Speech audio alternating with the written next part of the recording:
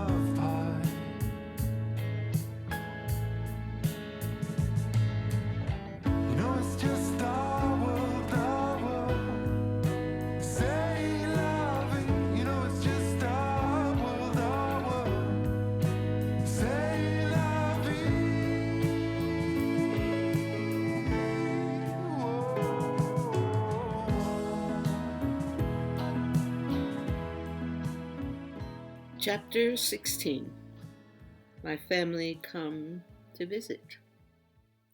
In the early summer after Alice was born, my mom and Ron, who is my stepdad, my sister Tony, and my brother Marcus came to visit us in our home, where the white doves first led me further along my journey. Our home, Woodley, was in Roydon, Essex. Alice was the first grandchild in our extended family, and we so wanted to share this with them. David organized tickets for them, making it possible. I was amazed that my mother especially would dare to come to a foreign country, as she was a very home-orientated person. She had no idea of how different England would be, despite my previous calls home. The reality seems always different. However, she came. Her first shock was the nudity on telly and the page 3 girls in the morning paper, the Daily Mirror. Mom would try to keep my sister and brother from seeing. Watching television often found her telling the kids to turn away from the telly or even leave the room when she thought there might be some inappropriate images. At the same time, she and Ron just kept watching the program. I think it was a bit of hypocrisy that passed through my thoughts. I just wonder if this only created curiosity in the kids' minds. Her second shock was that I was breastfeeding. I would go upstairs so as not to embarrass them. But one day, Mom came upstairs to talk with me. She asked, "Why don't you feed your baby naturally?" I was rather perplexed by the question, as you can imagine. So I asked her, "Mom, what is natural to you?"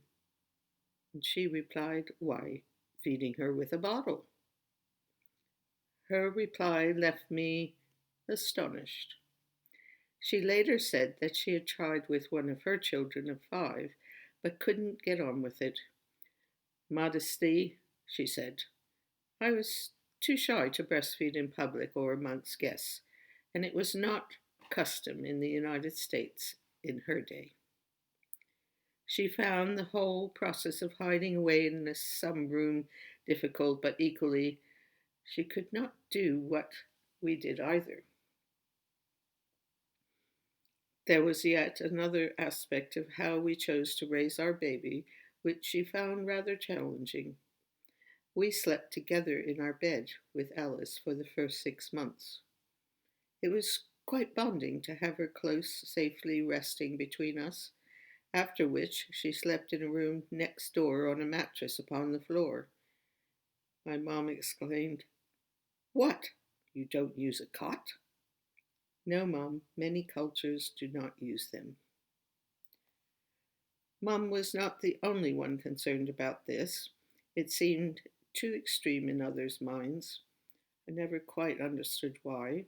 Actually, Alice never crawled out of the room or fell down the stairs, nor did she become overly demanding about coming back into our bed in the adjoining room. In fact, she often asked to go to bed most nights. "Mummy, can you take me to bed now?" Brought many a raised eyebrows, to say the least. David kindly suggested that we take them to Cambridge and show them where he was born and raised. We took them boating amongst the historic buildings of his childhood. Emo came with us and did a lot of the punting in the traditional way, adding a bit of emo humor as a flavor that had them laughing.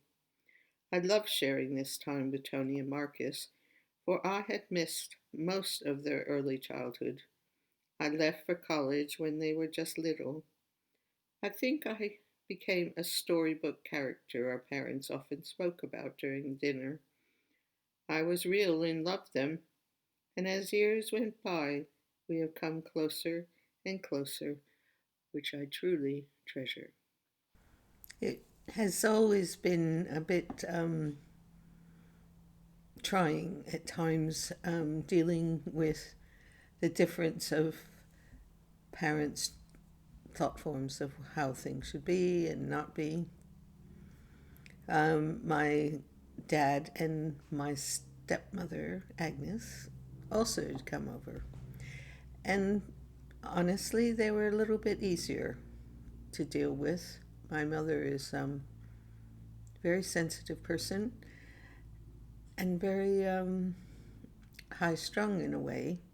She didn't have an easy childhood, which I'll talk about later in the book.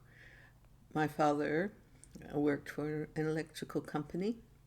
He was a bit more grounded in a lot of ways. The neighborhood children adored him.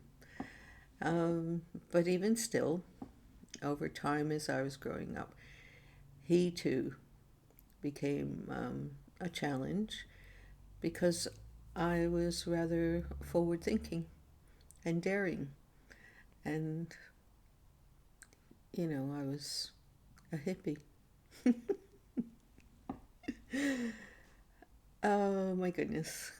And even then, later on, where I was always carrying a crystal and talking about acupuncture and things, even then, within my contemporaries, I was considered not normal. Just, oh my goodness, life. But I have come to a point to love humanity in all of the different shades that we are. And I suppose you can call me a universal citizen. The world is my home. Thank you.